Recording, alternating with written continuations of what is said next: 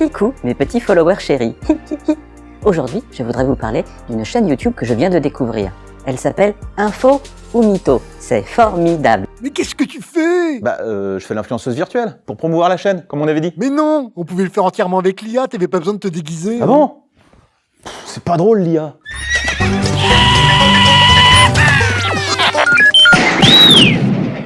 L'utilisation de l'intelligence artificielle pour créer des influenceurs virtuels est une pratique qui se développe rapidement. Ces personnages, créés à l'aide d'IA générative pour le texte, la voix et les visuels, sont conçus pour ressembler à de vrais êtres humains ou à des avatars stylisés. Ils interagissent avec leur audience sur les réseaux sociaux, collaborent avec des marques et génèrent du contenu. Et t'as des exemples? Plein.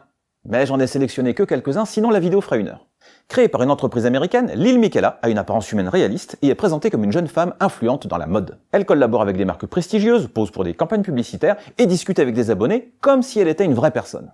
Ima est une influenceuse virtuelle japonaise spécialisée dans les domaines de la mode et de la technologie. Elle a une esthétique futuriste et est un exemple parfait de l'intégration d'un avatar en 3D dans un environnement réel. FNMK, rappeur virtuel star de TikTok, a suscité la controverse.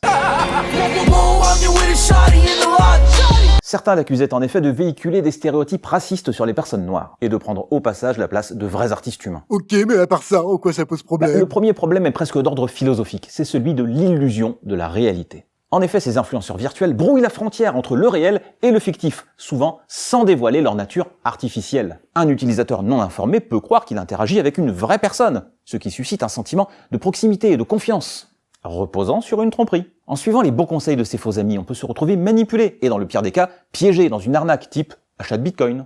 Et puis, si les marques et les utilisateurs privilégient les influenceurs virtuels pour leur efficacité, ça va réduire les opportunités pour les créateurs humains. Bon, tu me diras, l'invention de l'imprimerie, ça a réduit les opportunités pour les moyennes copistes. Mais ça, c'est juste la partie émergée de l'iceberg. Ah bon? Mais y a quoi en dessous? Déjà au niveau individuel, des personnalités virtuelles peuvent être utilisées pour séduire et escroquer des personnes. C'est le même principe que celui des brouteurs, qui se font passer pour ce qu'ils ne sont pas afin de profiter de la crédulité des braves gens. Comme cette dame qui s'est fait soutirer de fortes sommes d'argent par un faux Brad Pitt. Avec l'IA, c'est encore plus facile de tromper son monde. Et puis, de la séduction et l'influence à la propagande, il n'y a pas très loin. Tu me vois venir? L'utilisation de l'IA pour manipuler les foules est une pratique préoccupante, on en a déjà parlé ici. Et en générant du contenu hyper réaliste afin de manipuler les émotions des spectateurs, certains mouvements politiques ou puissances étrangères utilisent d'ores et déjà l'IA comme une arme de guerre psychologique. Et comment ils font? C'est simple, des personnages virtuels sont utilisés pour diffuser un narratif, favorisant une idéologie ou un pays. On a signalé des campagnes de vidéos montrant des personnes générées ou modifiées par IA, faisant l'apologie d'un régime, tout en prétendant appartenir à un groupe extérieur. Ces vidéos sont conçues pour influencer l'opinion publique, en soutenant des pays comme la Chine ou la Russie, notamment dans la vision des conflits en cours. Les créateurs de propagande exploitent ainsi les divisions politiques et culturelles afin de semer la discorde et de manipuler l'opinion, ce qui peut aggraver les tensions sociales.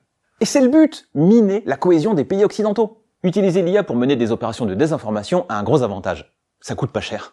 Plus besoin de payer des acteurs, on peut influencer les opinions sans avoir à mobiliser d'importantes ressources. En effet, des utilisateurs peu avertis sont susceptibles d'accepter ces messages comme authentiques, surtout s'ils sont présentés de manière émotionnelle et qu'ils alimentent des craintes ou une méfiance vis-à-vis de leur propre gouvernement. Et comment on combat ça? Par l'éducation déjà, en sensibilisant le public à l'existence de ces technologies et de leurs potentiels abus. Les plateformes comme YouTube, TikTok et Instagram devraient aussi renforcer leurs règles pour signaler de manière automatique les contenus générés par IA.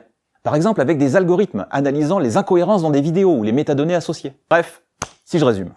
Les influenceurs virtuels et les personnalités IA interactives illustrent l'avancée fascinante de la technologie, mais leurs usages posent des défis éthiques majeurs. S'ils ne sont pas détectés et signalés de manière appropriée, ils risquent de devenir des outils de manipulation, de tromperie et d'exploitation à grande échelle, au niveau des individus comme à celui de la société. Il est donc essentiel d'encourager une transparence totale sur leur nature artificielle et de sensibiliser le public aux risques associés. Voilà, c'est la fin de cette vidéo. Merci de nous avoir regardés jusqu'au bout. Vous pouvez maintenant réintégrer le monde réel et nous on se retrouve très bientôt pour un nouveau numéro de